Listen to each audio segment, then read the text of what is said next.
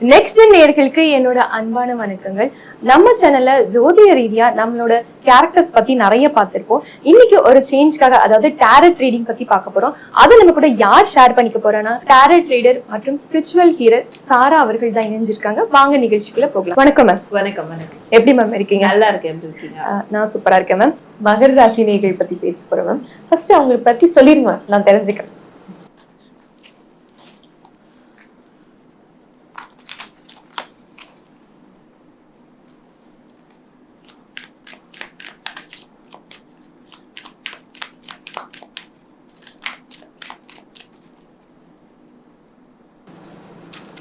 அவ்வளவு கியூரியஸா ஆமா மேம்.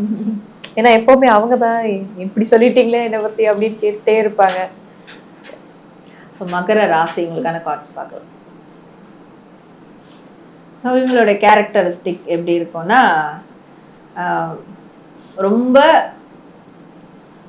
எப்படி சொல்லுது, ரொம்ப மிஸ்ட்ரி சீக்கரா இருப்பாங்க அப்படின்னு சொல்லலாம். தனக்குள்ள ஒரு மிஸ்ட்ரி இருந்துகிட்டே இருக்கணும் அப்படின்னு நினைப்பாங்க.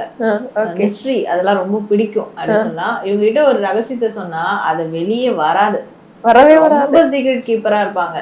ஓகே, மிஸ்ட்ரியும் இருக்கும், சீக்ரெட்டும் இருக்கும். இதெல்லாம் அவங்களுக்கு பிடிக்கும்.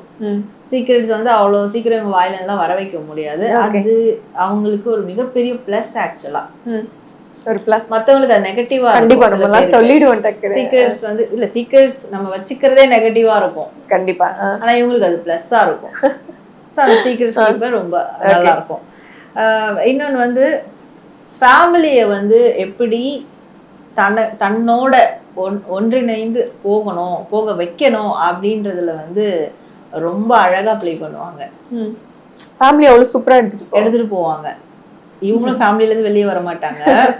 அது சூழல் வந்தா ஃபேமிலில இருந்து யாரும் வெளியே போகவும் விட மாட்டாங்க. தன்னோட ஃபேமிலிய அப்படியே லைஃப் லாங் கூடவே கூட்டிட்டு போறதுல ரொம்ப அழகா ப்ளே பண்ணுவாங்க அப்படின்னு சொல்ல. ஏன்னா அது ஒரு நல்ல விஷயம்.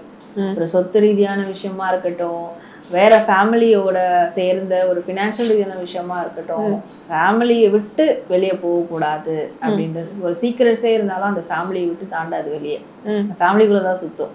நிறைய பேர் வெளியே ஃப்ரெண்ட்ஸ் கிட்ட சொல்றது, வெளியே சொல்றது, இதெல்லாம் வீட்டுக்குள்ள நடக்கிற பிரச்சனைகளால வெளியே போகாது. அப்படி வந்து கரெக்டா ஹேண்டில் பண்றவங்களா இருப்பாங்க.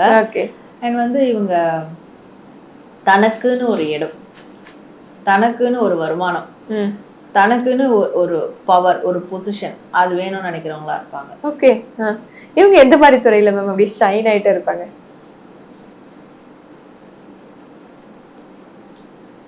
ஸோ மகர ராசி, ஓகே, இவங்க எந்த துறைகள்ல வந்து ஷைன் ஆகுறவங்களா இருப்பாங்க அப்படின்னு பார்க்கும்போது, காஸ்மெட்டிக்ஸ், பியூட்டிஷியன், இல்லை அது ரிலேட்டடா வரக்கூடிய acting, actor, media field, okay, social media, actors, இந்த மாதிரியான கைண்ட் ஆஃப் விஷயங்கள்.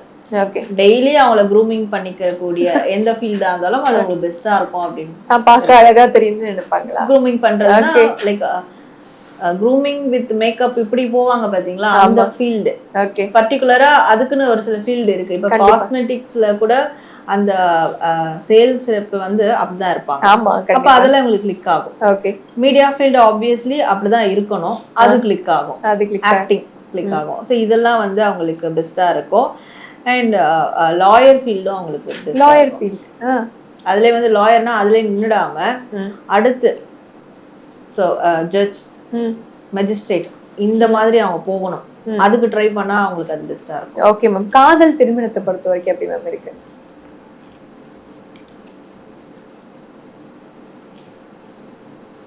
மகர ராசி, காதல் திருமண வாழ்க்கையை பொறுத்த வரைக்கும் இவ மேரேஜ் லைஃப்ல இருக்கிறாங்கன்னா அவங்களுக்கு கண்டிப்பா ஒரு எக்ஸ் ரிலேஷன்ஷிப், பிரேக்கப் ரிலேஷன்ஷிப் இருக்கும். கண்டிப்பா இருக்கும்.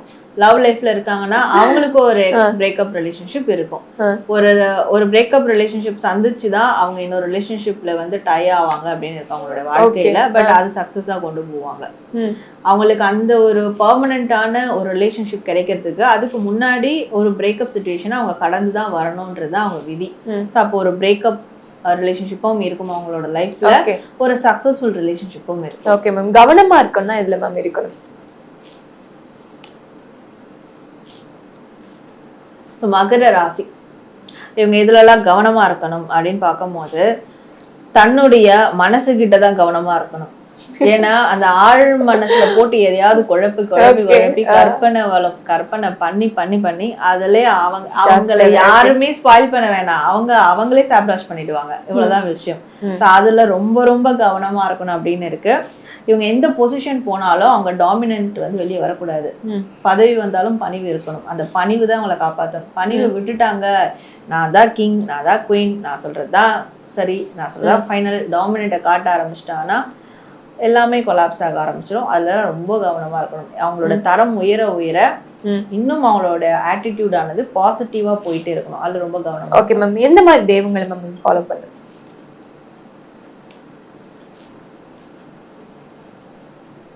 ஸோ மகர ராசி இவங்க எந்தெந்த தெய்வங்கள் வழிபடலாம் அப்படின்ற போது சூரிய பகவான் வழிபடலாம். சூரிய பகவான். ஓகே, சூரிய பகவான் டெய்லியும் காலையில எழுந்து சூரிய நமஸ்காரம் பண்ணலாம். சூரிய உதயம் ஆகும்போது சூரிய நமஸ்காரம். கோயிலுக்கு நம்ம போக முடியல, இல்லை எனக்கு இன்ட்ரெஸ்ட் இல்லை அப்படின்றவங்க ஒண்ணுமே இல்லை, சிம்பிள். டெய்லியும் காலையில ஒரு 5:30 மணிக்கு எழுந்துக்கும் போது சூரிய உதயம் ஆகும் டைம்ல சூரிய நமஸ்காரம் பண்ணிடுறது ரொம்ப பெஸ்ட். ஓகே, அது என்னைக்குமே அவங்களுக்கு ஒரு மிகப்பெரிய நன்மையை கொடுக்கும். ஈவன் இவங்க நல்லா இருக்க கூடாது அப்படின்னு இவங்களுக்கு ஏதாவது பிளாக் மேஜிக் செஞ்சிருந்தாலும் சரி, நெகட்டிவான விஷயங்களை கிரியேட் பண்ணியிருந்தாலும் சரி, எந்த மாதிரியான ஒரு சூழ்ச்சிகள் இவங்களுக்கு ஸ்பிரிச்சுவலி பிராக்டிகலி நடந்தாலும் இந்த சூரிய பகவானுடைய வழிபாடு அதுல இருந்துலாம் அவங்கள கிளியர் பண்ணி கொண்டு வந்துரும். கண்டிப்பா.